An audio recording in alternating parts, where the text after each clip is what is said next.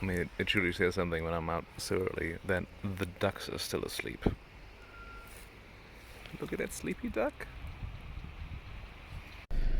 It is Thursday. Pardon me. Yesterday was my day off, and it was quite exciting because I had a doctor's appointment. And because I'm in Germany, you just make an appointment and then you go there, and that's it. There's no fuss, no complications like in America. Not that I didn't like my doctors in America. I liked them a lot. Mostly because they just told me to go away because there was nothing wrong with me. Anyway, it's the same thing here. But so I made an appointment with my doctor, and here in Germany there are two ways to get vaccinated. According to the list of requirements, like your age and if you have medical conditions, whatever it is, there are two ways to actually get vaccinated. Vax on, mask off. There you go. So there are two ways. One is the vaccination site, which is a giant center. They actually converted the convention center into a vaccination site to deal with all the people coming in.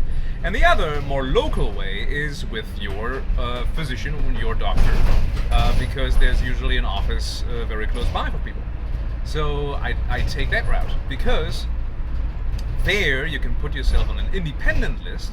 So if they just open a bottle and they have some leftovers, they call you, and if you can make it in time, then you get your first shot. And then after that they schedule your second shot. So I was there and I was like, yeah, so I work for the mail. I see like 150 plus people a day. Can I please get on the shortlist? And they said, yeah, of course, but you're already on it. And I was like, what? So apparently when I made the appointment, I must have worn my jacket or something, and they just put me on the list already. So we just proceed to just talk, because that's what I do with doctors, because nothing has been wrong at that particular moment. And we talk about vaccinations and how people are hesitant and how things are progressing and how there's going to be a major slump through summer because people just not going to show up or whatever it is. And I was like, okay, good. Okay, see you later. Here's my schedule because I see what days I have off for the next couple of weeks. So I told her, if you have any vaccine on those days, then just please give me a call. And she says, okay, let's do that. The very same day, she calls me and she's like, well, you got next Friday off. Do you want to come in? And I was like, do I? And guess what? Your boy is getting Pfizered. Yeah, the Pfizer-BioNTech is the one that they have there. They also have the AstraZeneca, but I think that's like in low supply or something. So yeah, next Friday, or this week's Friday, by the time you see this vlog, I will get my first shot, and then 6 weeks later, I will get my second. And then I will feel much better about all the people at work, or that I talk to at work, not wearing masks correctly or at all. I can go out.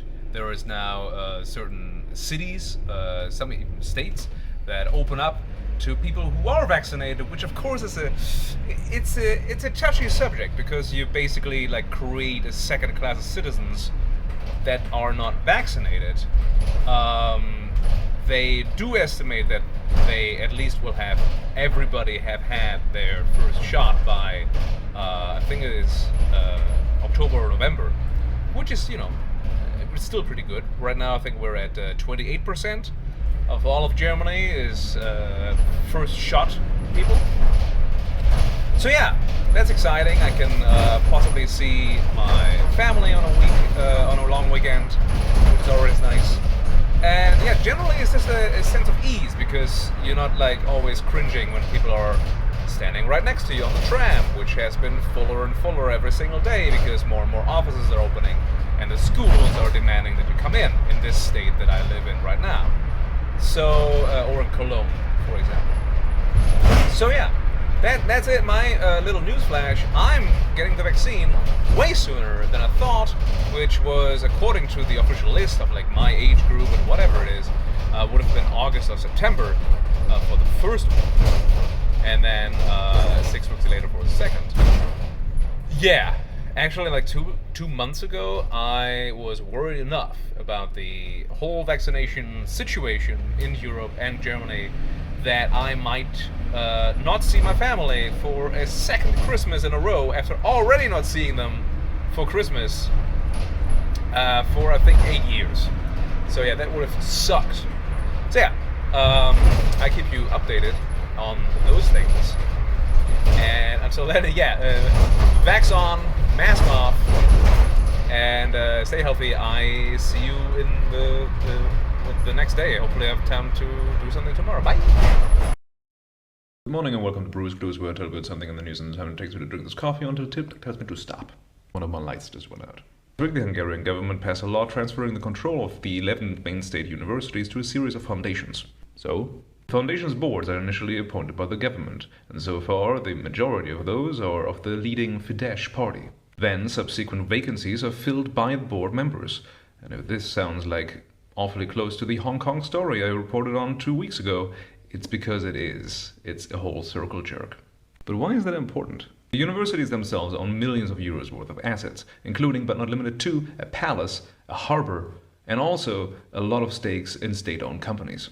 This is also they can finance themselves. As an EU member, Hungary also receives millions of euros as aid. Back up, can somebody explain to me how a university owns a palace?